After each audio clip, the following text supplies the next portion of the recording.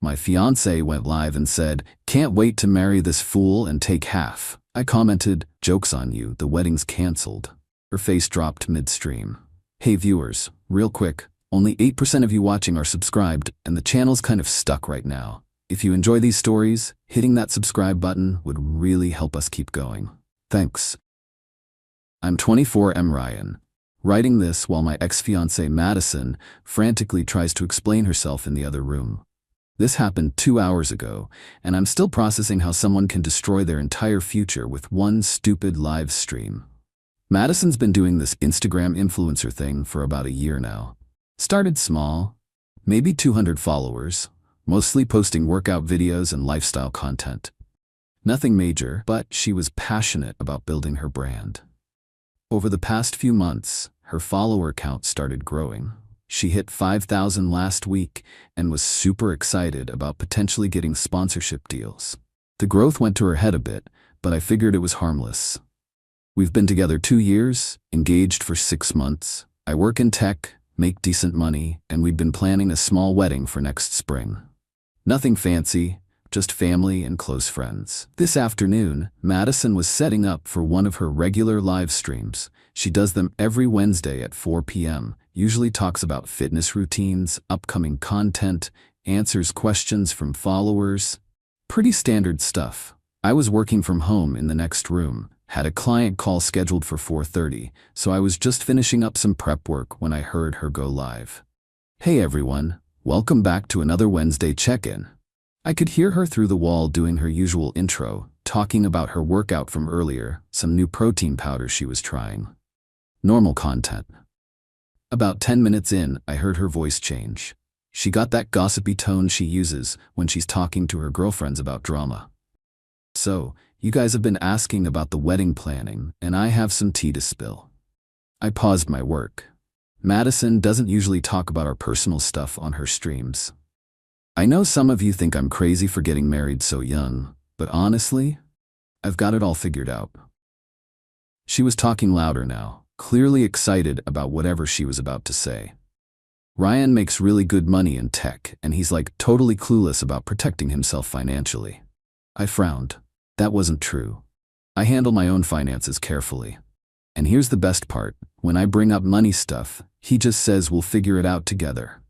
No prenup talk, no separate accounts, nothing. My stomach started to turn.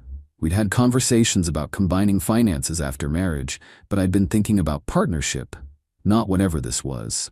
Like, this man is gonna marry me with no protection whatsoever. A chill ran down my spine. I quietly moved closer to the door between our rooms. I've been doing research, and in this state, I'm entitled to half of everything acquired during the marriage. Half his salary, half his savings, half any bonuses. She was laughing now like this was the funniest thing in the world. And you guys don't even know the best part yet. His company is probably going to have some major growth soon. More money, better opportunities. She was being vague about my company's situation, but I could tell what she was hinting at. So I just have to stay married for a few years, let him make me comfortable, then if things don't work out, she made an exaggerated shrugging gesture. Honestly, can't wait to marry this fool and take half. I stood there in shock. The woman I was planning to spend my life with had just described me as a fool she was planning to financially exploit. I grabbed my phone and opened Instagram.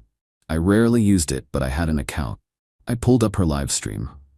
Sure enough, there she was, grinning at the camera while describing her plan to marry me for my money.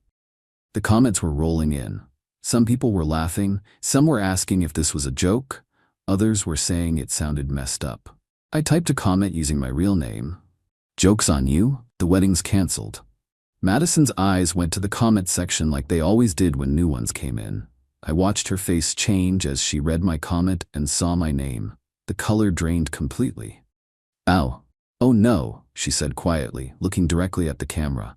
She looked toward the door between our rooms, then back at the screen.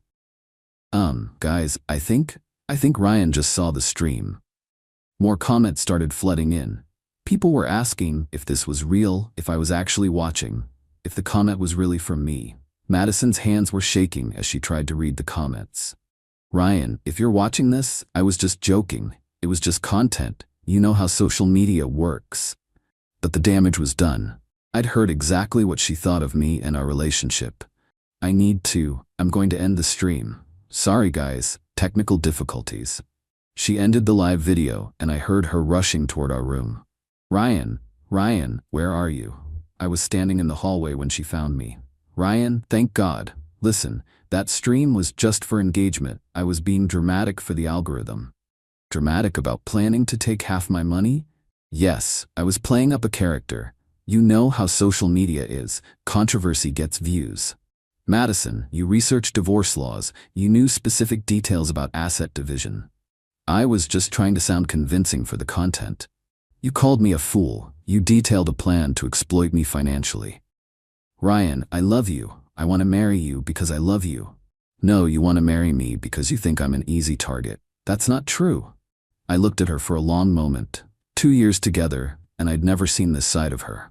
Madison, pack your stuff. Ryan, no, please. It was just a stupid stream. It was your honest thoughts. You just said them in public by mistake. Ryan, I'll delete everything. I'll post an apology. I'll never talk about money again. Madison, you can't delete a live stream, and you can't delete what I heard you say. Then I'll explain it was all fake. Was it fake when you researched what you'd be entitled to in a divorce? Was it fake when you calculated how long you'd need to stay married? She had no answer. Madison, I'm calling off the wedding. Ryan, please, don't let one stupid mistake ruin everything. This wasn't a mistake. This was you revealing who you really are. I spent the evening calling vendors. The caterer required full payment since we were less than 6 months out. The venue kept the deposit and charged a 50% cancellation fee. The photographer was more understanding but still kept her deposit. Total cost about $8,000. Expensive lesson, but cheaper than what Madison was planning. Update 1. 1 week later, the internet works fast, but not as fast as I initially thought. Thanks for all the comments. This whole situation has been educational. Madison's live stream got screen recorded by at least 3 people. By Friday, clips were starting to circulate in relationship advice groups and influencer drama pages.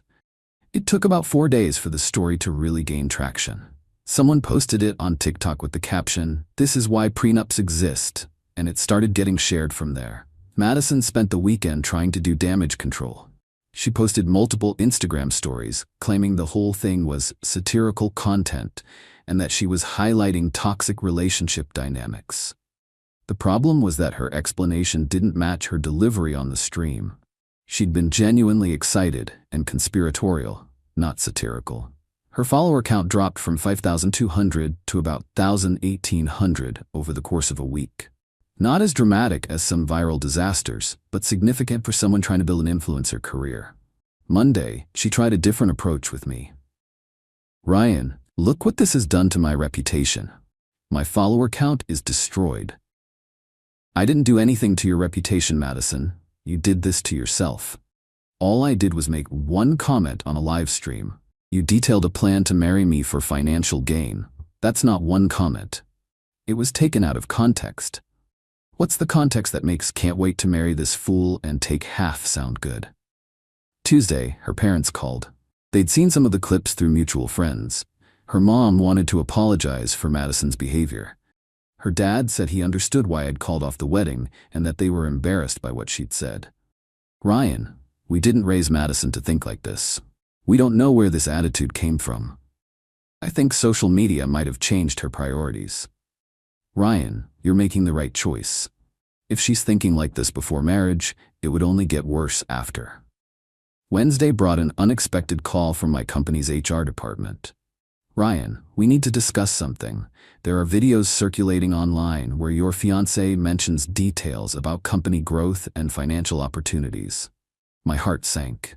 I never shared any confidential information with her.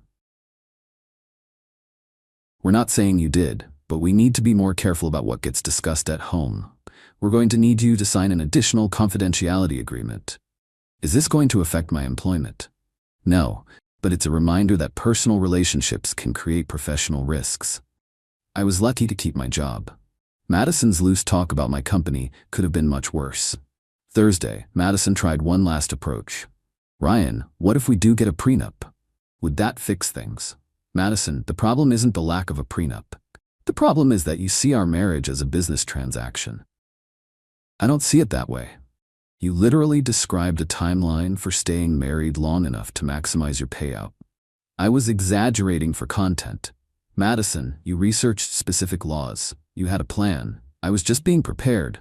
Prepared to divorce me before we're even married. Friday, I finished moving her stuff out.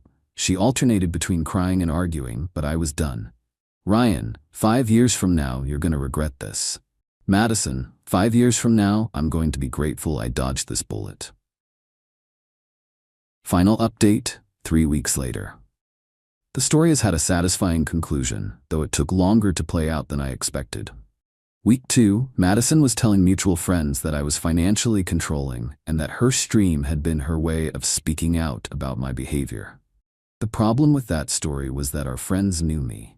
They'd seen how I handled money in our relationship, fairly and openly. Her narrative didn't match their experiences with us. By week 3, most people had chosen sides, and most chose mine.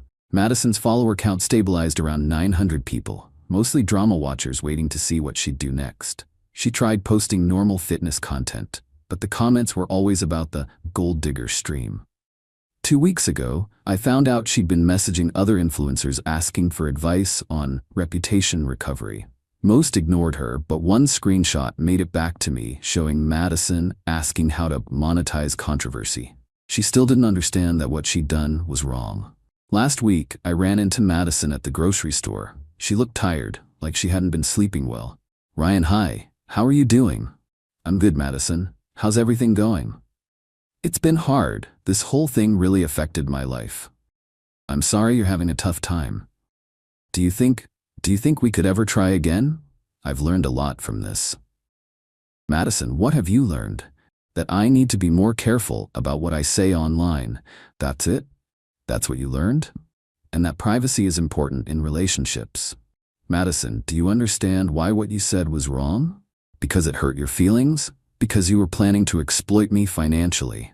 Ryan, I would never actually do that. But you researched how to do it. You had a timeline. You were excited about the opportunity. I was just being dramatic.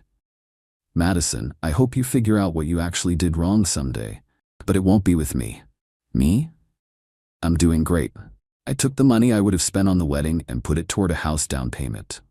My company situation worked out well, and I'm in a much better financial position now. Started dating again recently. Met someone named Jennifer, who works as a financial advisor. When I told her the Madison story, her response was perfect. She broadcast her plan to financially exploit you? That's not just gold digging, that's being bad at gold digging. No drama, no sympathy for Madison, just clear understanding that planning to exploit your partner is wrong. The best part about this whole experience? I learned that sometimes people tell you exactly who they are, and you should listen. Madison thought she was clever for researching how to maximize her financial gain from our marriage. She thought I was naive enough that she could brag about her plan to strangers on the internet. Instead, she revealed her true intentions to the one person who needed to hear them most: me. She wanted to marry a fool and take half. Instead, she played herself and lost everything. The internet might forget eventually, but I won't.